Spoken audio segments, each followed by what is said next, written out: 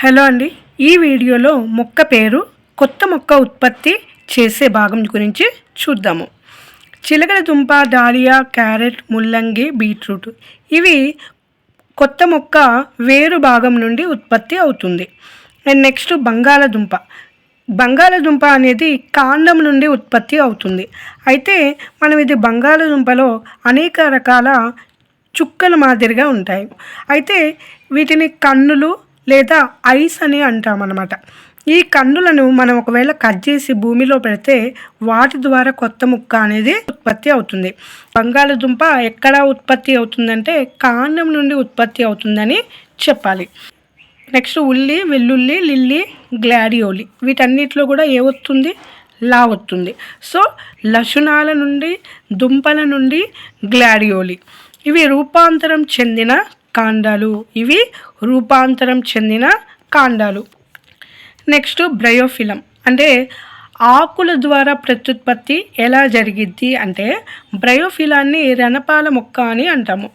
For example దీన్ని రణపాల మొక్క అనుకుంటే ఆకు చివరి భాగంలో ఇలాగా చిన్న చిన్న ఆకులు అనేవి ఉత్పత్తి అవుతాయి. తర్వాత ఇవి తల్లి నుండి విడిపోయి కింద పడిపోయిన తర్వాత కొత్త మొక్క అనేది ఉత్పత్తి అవుతుంది. సో మనం ఆకులలోని కోరకాల నుండి కొత్త మొక్క ఉత్పత్తి అవుతుందని చెప్పుకోవచ్చు. నెక్స్ట్ చెరకు అనేది కాండం యొక్క కనుపుల నుండి ఉత్పత్తి అవుతుంది. ఫర్ ఎగ్జాంపుల్ ఇది చెరకు అనుకుంటే మధ్యలో మనకి గాడులు అనేవి కనిపిస్తాయి. వాటిని కట్ చేసినప్పుడు మనం పెట్టినప్పుడు ఇవి మొక్కల మాదిరిగా ఉత్పత్తి అవుతాయి. నెక్స్ట్ పుదీనా, స్ట్రాబెర్రీ ఇవేంటి? భూమిలో పెట్టినప్పుడు పక్క శాఖల నుండి ఉత్పత్తి అవుతాయి. వాటిని మనం ఏమంటాం? పిలక మొక్కలు అని అంటాము. నెక్స్ట్ మొక్కలలో ప్రత్యుత్పత్తి గురించి మొదటగా వివరించిన వారు థియోపాస్ట్రస్. ఎవరు? థియోపాస్ట్రస్. అయితే ఇంకొక ముఖ్యమైన విషయం ఏంటంటే ప్రత్యుత్పత్తి అనేది రెండు రకాలుగా జరిగిద్ది. ఒకటి లైంగిక ప్రత్యుత్పత్తి అండ్ నెక్స్ట్ అలైంగిక ప్రత్యుత్పత్తి అనేది మొక్కలలో కూడా జరుగుతుంది. ఫస్ట్ మనం లైంగిక ప్రత్యుత్పత్తి చూద్దాము. లైంగిక ప్రత్యుత్పత్తికి ఉదాహరణగా పుష్పం చెప్పుకోవచ్చు. ఫ్లవర్. పుష్పం అని అనుకుంటే భాగాలను ముఖ్యంగా అందరూ కూడా తెలుసుకోవాలి. ఈ ఆకర్షణ పత్రావళి వీటిని మనం పెటల్స్ అని అంటాం. నెక్స్ట్ రక్షక పత్రాలు సెపల్స్ అని అంటాము. ఇందులో రెండు పార్ట్లు ఉంటాయి, ఫీమేల్ పార్ట్స్, మేల్ పార్ట్స్. ఈ మధ్యలో ఉన్నది ఫీమేల్ పార్ట్, ఇటువైపు ఉన్నాయి మేల్ పార్ట్స్ అన్నమాట. ఒకసారి వాటి యొక్క భాగాలు చూద్దాం. కీలాగ్రం, స్టిగ్మా అండ్ కీలం, స్టైల్. నెక్స్ట్ అండాశయం, ఓవరీ అని అంటాం. నెక్స్ట్ మేల్ పార్ట్లో కేసరదండం, ఫిలమెంట్ అండ్ పరాగకోశం, యాంథర్ అని అంటాము. సో ఇది పుష్పంలో యొక్క భాగాలు. ఇప్పుడు వీటి యొక్క ప్రత్యుత్పత్తి చూద్దాము.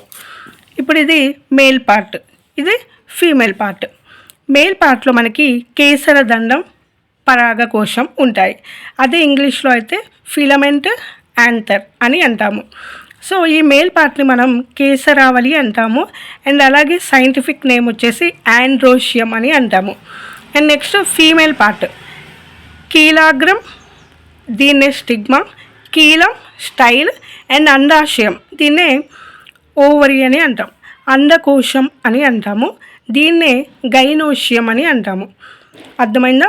అయితే వీటిలో ప్రత్యుత్పత్తి పరాగకోశంలో పరాగ రేణువులు అనేవి ఉంటాయి. ఓకే, అదే ఇంగ్లీష్లో pollen grains are present in the anther.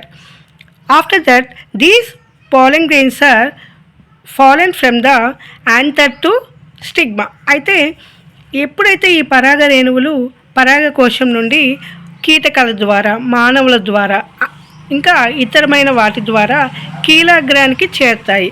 So దాని తర్వాత ఈ యొక్క పరాగ రేణువులు కీలంలోకి చేరి అండాశయంలోకి ప్రవేశిస్తాయి. అప్పుడు ఈ పరాగ రేణువులు ఈ అండాశయంలో ఉన్న ఓవరీస్, ఎగ్స్ కలిసినప్పుడు ప్రత్యుత్పత్తి అనేది జరిగిద్ది అనమాట. అర్థమైందా? pollen grains are present in the anther by the insect, by the human beings. Pollen grains are fall down from the anther to stigma. It will goes into the ovary. After that, these pollen grains are mixed with the ovaries. After that, fertilization takes place. Clear? తర్వాత ఈ యొక్క ప్రత్యుత్పత్తిలో 2 రకాలు ఉంటాయి. ఆత్మపరాగ సంపర్కం and పరపరాగ సంపర్కం అనేవి ఉంటాయి. అంటే సెల్ఫ్ పాలినేషన్, క్రాస్ పాలినేషన్ అని అంటాం ఇంగ్లీష్లో. ఆత్మపరాగ సంపర్కం అని అంటే ఫర్ ఎగ్జాంపుల్ ఒక పుష్పంలో మేల్ పార్ట్స్, ఫీమేల్ పార్ట్స్ ఉంటాయి. ఈ యొక్క మేల్ పార్ట్లో పరాగ రేణువులు అనేవి కీలాగ్రానికి చేరితే ప్రత్యుత్పత్తి జరుగుతుంది. అది ఒక ఫ్లవర్లోనే జరిగితే.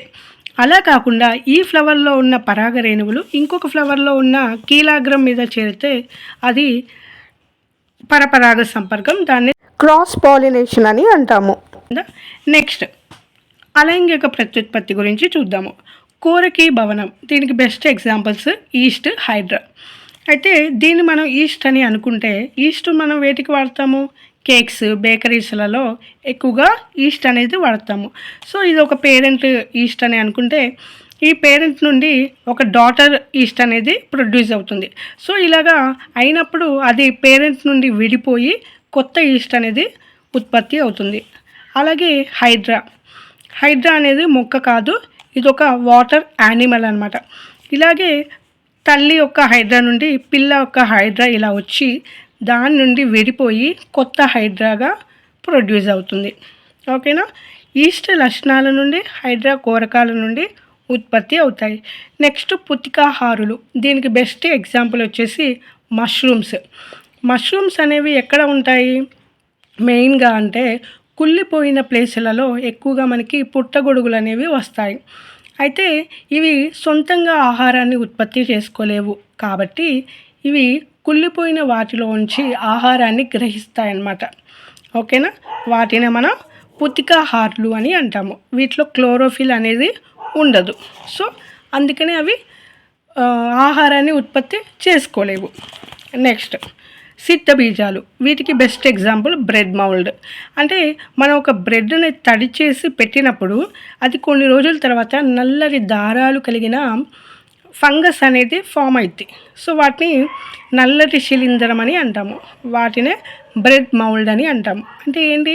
శిలీంధ్రాలు అనేవి ఏర్పడి ఒక శిలీంధ్రం నుండి ఇంకొకటి అట్లా బ్రెడ్ మొత్తం కూడా స్ప్రెడ్ అవుతాయి. అవి కూడా ఏంటి? జీవులే కదా. సో అలాగనమాట, అలాగా కొత్తగా ఉత్పత్తి అవుతాయి. సంపూర్ణ పుష్పం, అసంపూర్ణ పుష్పం. అంటే సంపూర్ణ పుష్పం అంటే మేల్, ఫీమేల్ పార్ట్స్ రెండూ కూడా ఒక దాంట్లో కలిగి ఉంటే దాన్ని సంపూర్ణ పుష్పం అని అంటాము. ఫర్ ఎగ్జాంపుల్ మందార, ఉమ్మెత్త, తూటిపూలు, తామర, గుమ్మడి. వీటిలలో మేల్, ఫీమేల్ రెండు కూడా ఉంటాయి. నెక్స్ట్ అసంపూర్ణ పుష్పం అంటే దోస, సొర, బొప్పాయి, కాకర, లిల్లీ. ఇవి ఉంటే మేల్ పార్ట్ కానీ లేకపోతే ఫీమేల్ పార్ట్ కానీ ఉంటాయి. అవన్నమాట. అర్థమైంది కదా? వీడియో కనుక నచ్చితే తప్పకుండా లైక్, సబ్స్క్రైబ్ కూడా చేయండి. Thanks for watching.